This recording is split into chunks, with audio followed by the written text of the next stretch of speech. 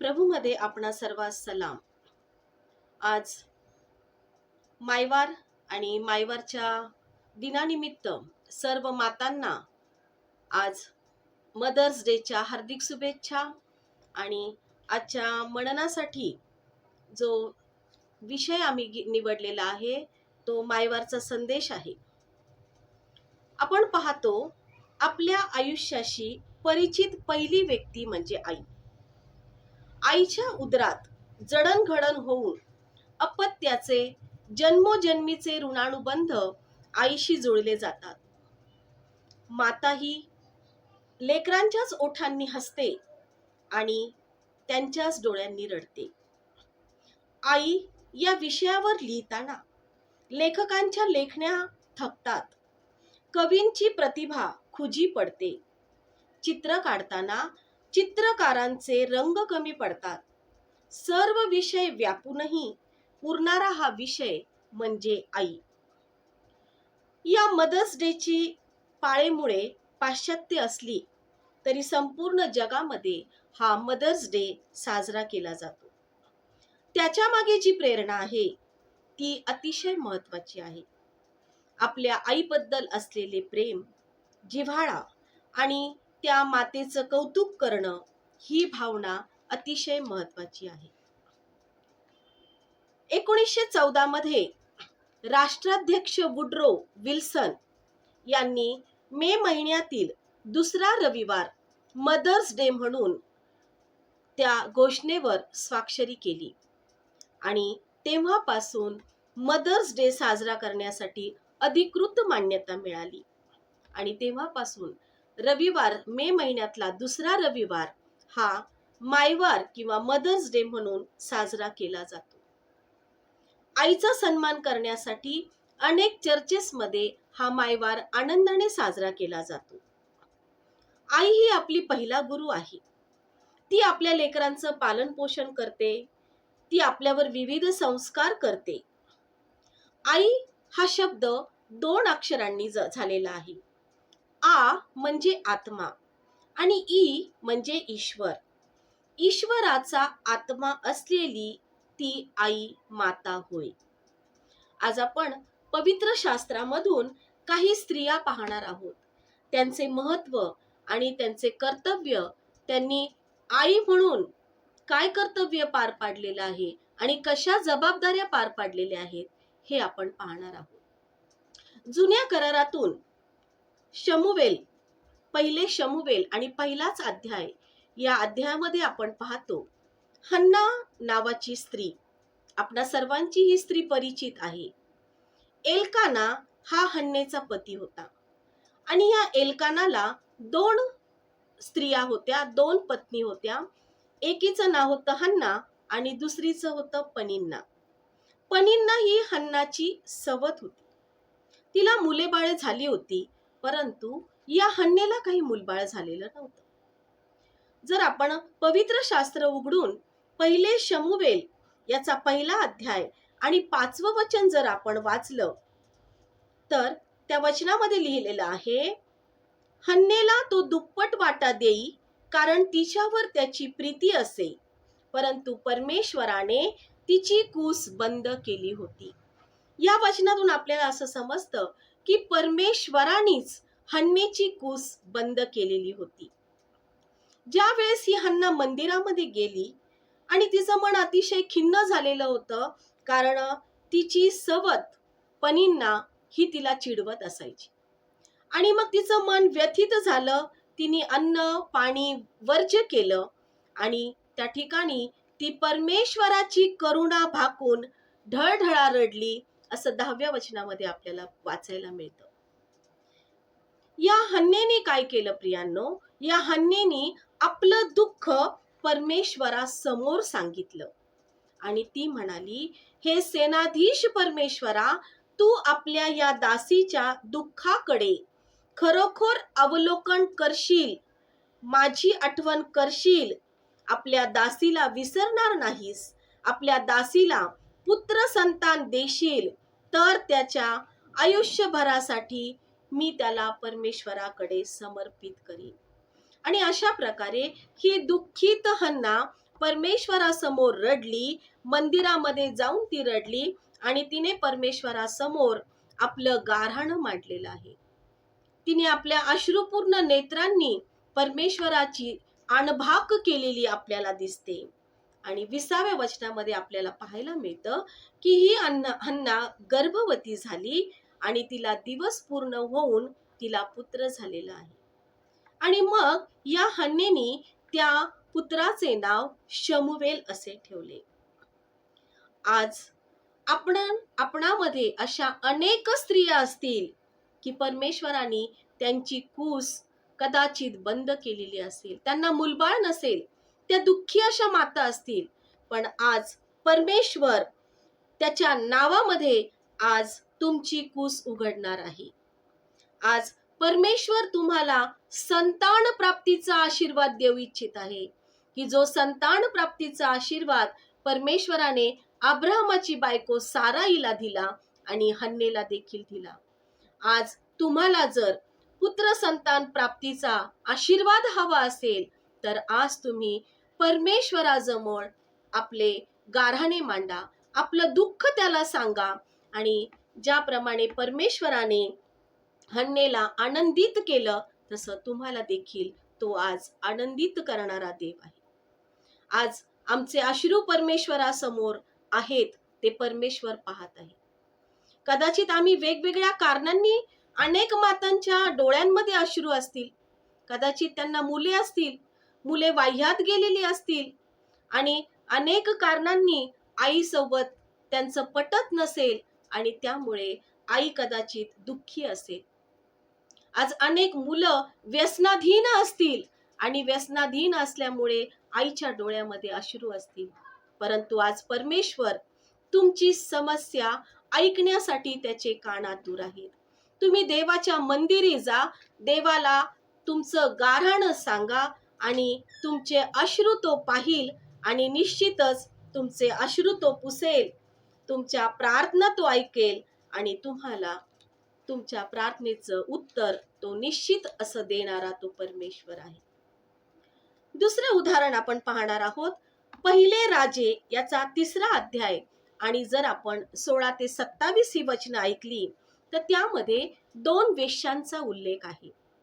आणि ह्या 2 वेश्या शलमोन राजाकडे न्याय मागण्यासाठी आलेले आहेत. आणि त्या शलमोन राजाला त्या न्यायातून त्याला सांगायचं आहे की त्या मुलाची खरी आई कोण आहे. आणि खरोखर या शलमोन राजाला जे देवाने ज्ञान दिलेलं होतं आणि त्यांनी त्या ज्ञानानुसार यथार्थ न्याय या 2 वेश्यांचा केलेला आहे. या 2 वेश्या राजाच्या समोर येतात, शलमोन राजाच्या समोर, आणि उभ्या राहून त्याच्यातली एक जण सांगू लागती की मलाही मूल झालेले आहे आणि 3ऱ्या दिवशी या स्त्रीला देखील मूल झालेले आहे आणि आम्ही दोघी एकाच घरात राहतो. या स्त्रीच्या अंगाखाली सापडून तिचं बाळ मरण पावलं आणि अर्ध्या रात्री गाढ झोपेत असताना त्या स्त्रीने तिचं मृत बालक माझ्या जवळ आणून ठेवलं आणि माझं जे बालक आहे ते तिने घेतलं. सकाळ झाल्यानंतर मला कळालेलं आहे की जे मूल मृत पावलेलं आहे, मेलेलं आहे, ते बाळ माझं नाही. कारण आई आपल्या लेकरांना ओळखत असते. आणि मग ती स्त्री म्हणत आहे की तुझा मुलगा मेलेला आहे आणि हा माझा मुलगा जिवंत आहे. आणि ह्या दोघी जणी हे भांडण घेऊन शलमोन राजाच्या पुढे त्या राजवाड्यामध्ये उभ्या आहेत. आणि त्यावेळेस दोघी एकमेकींसोबत भांडत आहेत. पहिली स्त्री म्हणत आहे की जिवंत मुलगा माझा आहे आणि मेलेला तुझा आहे. आणि दुसरी स्त्री ती पण असंच म्हणत आहे की मेलेला मुलगा तुझा आहे आणि जिवंत मुलगा माझा आहे. आणि मग हा शलमोन राजा या दोघींना थांबवतो आणि म्हणतो की मला तलवार आणून द्या. या जिवंत मुलाचे कापून 2 तुकडे करा, अर्धा हिला द्या आणि अर्धा तिला द्या. हे ऐकल्यानंतर खरोखर जी आई होती, त्या जिवंत मुलाची जी खरी आई होती, तिच्या आतड्या तुटल्या आणि ती राजाला म्हणाली की स्वामी, जिवंत मुलगा तिला द्या पण त्याला मारून टाकू नका. दुसरी स्त्री म्हणाली, तो न माझा न तुझा, त्याचे 2 भाग करा आणि एक भाग आम्हाला द्या. राजा म्हणाला, हा जो जिवंत मुलगा आहे तो त्या पहिल्या स्त्रीला द्या, कारण तीच खरी त्याची आई आहे. आपल्या लेकरावर असीम प्रेम आईचं असतं. कसंही असो, आपलं लेकरू ती ओळखते, त्याच्यावर जीवापाड प्रेम करते, आणि हे एक त्याचं उदाहरण आहे. ज्या शल्मोन राजाने नीतिसूत्र हे पुस्तक लिहिलं, त्या नीतिसूत्रामधला पहिला अध्याय आणि 8वं आणि 9वं वचन जर आपण वाचलं, तर इस्रायलाचा हा राजा दावीद पुत्र शल्मोन राजा म्हणतो, माझ्या मुला, आपल्या बापाचा बोध ऐक, आपल्या आईची शिस्त सोडू नको, कारण ती तुझ्या शिराला भूषण व तुझ्या गळाला हार अशी आहेत. इफिस्करास पत्र याचा 6वा अध्याय आणि पहिले 3 वचन जर आपण वाचले, तर आम्हाला ते वचन सांगत आहेत, मुलांनो, प्रभूमध्ये तुम्ही आपल्या आई बापाच्या आज्ञेत राहा, कारण हे योग्य आहे. आपला बाप व आपली आई यांचा मान राख, यासाठी की तुझे कल्याण व्हावे व पृथ्वीवर तू दीर्घायू असावे. अभिवचन असलेली हीच पहिली आज्ञा आहे. आज आपण पाहतो की मायवार निमित्ताने आम्ही आमच्या आईसाठी पुष्कळ अशा भेटवस्तू आणल्या असतील. कोणी मिठाई आणली असेल, कोणी फुलं आणले असतील, कोणी आईला नवीन साडी घेतली असेल. पण आज आम्ही आमच्या मातेला एक स्वर्गीय भेटवस्तू देणार आहोत, आणि ती म्हणजे तिचा सन्मान करणे. आमच्या आईचा सन्मान करणे ही तिला एक दिलेली स्वर्गीय भेटवस्तू आहे प्रियांनो. आणि जर आपण हा सन्मान तिला दिला, तर निश्चितच इफिस्करास पत्र 6व्या अध्यायानुसार पहिल्या वचनानुसार आणि 2ऱ्या वचनानुसार तो आम्हाला म्हणत आहे की तो तुझे कल्याण करील आणि तू पृथ्वीवर दीर्घायू होशील. हे अभिवचन प्रभूने आम्हाला दिलेलं आहे की ज्या वेळेस आम्ही आमच्या आईचा सन्मान करू, तेव्हा आम्हाला आमचं कल्याण होणार आहे आणि आम्ही पृथ्वीवर दीर्घायू असे होणार आहोत. तिसरं आपण पाहूयात, पहिले राजे याचा 17वा अध्याय आणि 8 पासून जर आपण पुढे वचने वाचली, तर आपणाला त्या अध्यायामध्ये सारफत येथील विधवा दिसते. या स्त्रीबद्दल आपण थोडक्यात पाहूया. एलियाला परमेश्वराचं वचन प्राप्त झालं की सिदोनातील सारफत नगरात राहा, आणि तेथील एका विधवेला मी आज्ञा केलेली आहे आणि ती तुझे पोषण करेल. त्यावेळेस असं झालं होतं प्रियांनो की त्या ठिकाणी खूप मोठा दुष्काळ पडलेला होता, आणि म्हणून परमेश्वराने एलियाला सांगितलं की सिदोन येथील सारफत नगरात जा, आणि तिथे एक विधवा आहे, ती विधवा तुझं पालन पोषण करणार आहे. आणि मग परमेश्वराने सांगितल्याप्रमाणे एलिया हा सारफत येथे गेला. तेथे गेल्यानंतर नगराच्या वेशीजवळच तो आला, तर तिथे त्याला एक विधवा स्त्री दिसली, आणि ती विधवा स्त्री काटक्या गोळा करत होती. हा तिच्या जवळ गेला आणि तिला म्हणाला, मला एका भांड्यामध्ये प्यायला पाणी घेऊन ये. आणि ती पाणी आणायला जात असतानाच त्या एलियाने तिला हाक मारली आणि तिला म्हणाला की त्या पाण्यासोबत एक भाकरीचा तुकडा पण आण. ती विधवा स्त्री म्हणाली की तुमचा देव परमेश्वर याच्या जीविताची शपथ, माझ्याजवळ भाकर मुळीच नाही. मडक्यामध्ये मूठभर पीठ आणि कुप्पीत थोडेसे तेल मात्र तेवढे आहे.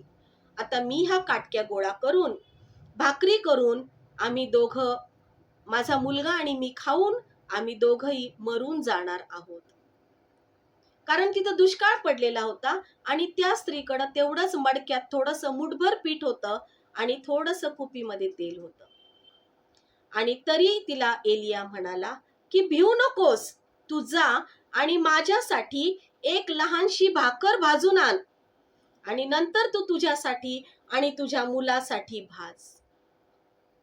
तिने ओळखलं होतं की एलिया हा परमेश्वराने पाठवलेला एक संदेष्टा होता.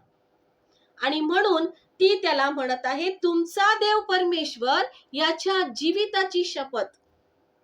आणि तिने त्याचं ताबडतोब ऐकलेलं आहे त्या संदेष्टाचं, कारण तिला माहित होतं की त्याला परमेश्वराने तिच्याकडे पाठवलेलं आहे. आणि म्हणून तिने काय केलं, त्याला मूठभर त्या पिठाची भाकरी केली आणि ती त्याला आणून दिली. आणि त्यानंतर एलियाद्वारे परमेश्वराने तिला असा आशीर्वाद दिला 14व्या वचनामध्ये, की इस्रायलाचा देव परमेश्वर म्हणतो, परमेश्वर पृथ्वीवर पर्जन्यवृष्टी करल त्या दिवसापर्यंत तुझे पिठाचे मडके रिकामे होणार नाही आणि तेलाची कुपी आटणार नाही. तिने जाऊन एलियाना जसं सांगितलं तसं तिने केलं आणि खरोखर तिचं ते मूठभर पीठ कधीच संपलं नाही.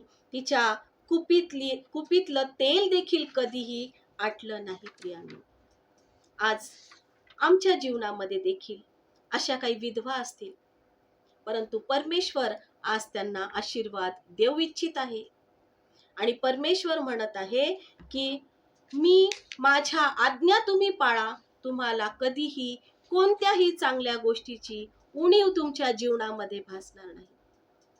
दुसरे राजे याचा 4था अध्याय आणि 1 ते 7 वचनामध्ये आपण आणखीन एक विधवा पाहू की ती अलिशाकडे गेली. अलिशा हा सुद्धा देवाचा सेवक किंवा संदेष्टा. आणि तिने या अलिशाकडे गाऱ्हाणे केले आणि ती म्हणत आहे की माझा नवरा मरून गेला आहे आणि तो परमेश्वराचे भय बाळगणारा होता. आणि आता जो त्याचा सावकार आहे तो माझ्या 2 पुत्रांना दास करून नेण्यासाठी आलेला आहे. आणि मग अलिशा तिला म्हणाला की मी तुझ्यासाठी काय करू, तुझ्या घरामध्ये काय आहे. आणि मग ती म्हणाली की 1 घडा तेलाशिवाय या माझ्या दासीच्या घरामध्ये काही एक नाही. अलिशा तिला म्हणाला, तू जा बाहेरून आपल्या शेजाऱ्या पाजाऱ्यांकडून असतील नसतील तेवढे रिकामी भांडी आण आणि मग आपल्या पुत्रासह घरात जाऊन दार बंद कर आणि त्या सर्व भांड्यांमध्ये तेल ओत आणि जे भांडे भरेल ते बाजूला ठेव. तिने या अलिशाचं ऐकलं. प्रियांनो, त्यांनी दिलेली आज्ञा तिने पाळली. तिने सर्व शेजार पाजारांहून भांडी जमा केली आणि आत गेली. तिने दार लावलं. आपल्या पुत्रांसह ती त्या घड्यातलं तेल प्रत्येक भांड्यामध्ये भरू लागली. सर्व भांडे भरली आणि मग तिने त्या देवाच्या माणसाला सांगितलं की आता एकही भांड रिकामं राहिलेलं नाही. आणि मग अलिशा तिला म्हणाला, जा हे तेल विक आणि तू कर्ज फेड आणि जे काही शिल्लक राहील त्यावर तू आपला स्वतःचा आणि आपल्या पुत्राचा तू निर्वाह कर. परमेश्वर विधवांची काळजी घेणारा परमेश्वर आहे.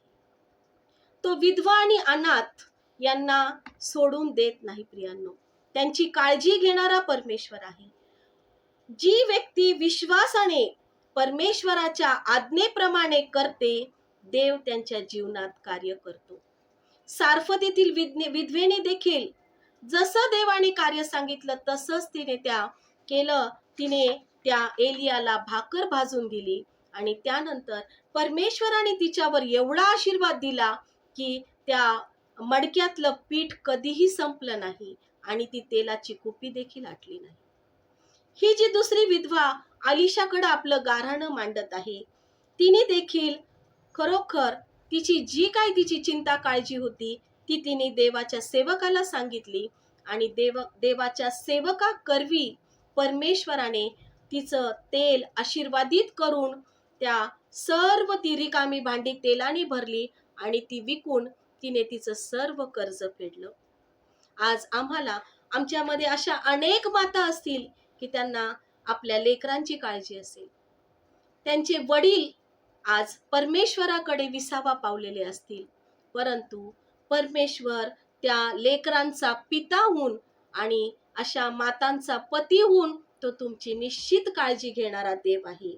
आणि म्हणून पवित्र शास्त्रामध्ये हा परमेश्वर जो आहे तो अशा विधवांचा तो कैवारी देव आहे असं वचन आम्हाला पाहायला मिळतं. प्रियांनो, आपण बघतो की पवित्र शास्त्रामध्ये वारंवार पिता हा शब्द आलेला आहे. आणि परंतु जर आपण बायबलमध्ये पाहिलं तर देवाच्या मातृत्वाचे देखील वर्णन आम्हाला पाहायला मिळतं. आणि म्हणून मत्तेय याचा 23वा अध्याय आणि 27वं जर वचन आपण वाचलं तर त्या वचनामध्ये कोंबडी आपल्या पिल्लांना पंखाखाली एकवटते. कोंबडी आपल्या पिल्लांना पंखाखाली एकवटते म्हणजे येशू आपल्या मुलांशी असलेलं नातं व्यक्त करण्यासाठी आई म्हणून कोंबडी हे रूपक वापरत आहे. अनुवाद 32 आणि 11वं वचन जर आपण वाचलं तर गरुड पक्षीन आपले कोटे हलवते आणि आपल्या पिल्लांवर पंख पसरून त्यांना त्या पिल्लांना त्या पंखावर घेते आणि एका ठिकाणाहून दुसऱ्या ठिकाणी त्या पिल्लांना घेऊन जाते. त्याप्रमाणे परमेश्वराने त्यांना चालवले असं वचन अनुवाद 32:11 मध्ये आहे. इथे सुद्धा एका मातृत्वाचं गुणवैशिष्ट्य परमेश्वरामध्ये आपल्याला पाहायला मिळतं. स्तोत्रसंहिता 22 आणि 9 आणि 10व्या वचनामध्ये दावीद राजा म्हणत आहे, मला उदरातून बाहेर आणणारा तूच आहेस. मातेच्या उदरातून बाहेर पडलो तेव्हापासून तूच माझा देव आहेस. जेव्हा मातेच्या उदरातून आम्ही बाहेर पडतो तेव्हा प्रत्येक लहान लेकराला आईची गरज असते. आणि इथं दावीद राजा म्हणत आहे की तूच माझा देव आहेस म्हणजे देव आमची आई आहे. यशया 49 आणि 15वं वचन आम्हाला सांगत आहे की स्त्रीला आपल्या पोटच्या मुलाची करुणा येणार नाही, एवढा तिला आपल्या तान्ह्या बाळाचा विसर पडेल काय? कदाचित स्त्रियांना विसर पडेल पण मी तुला विसरणार नाही.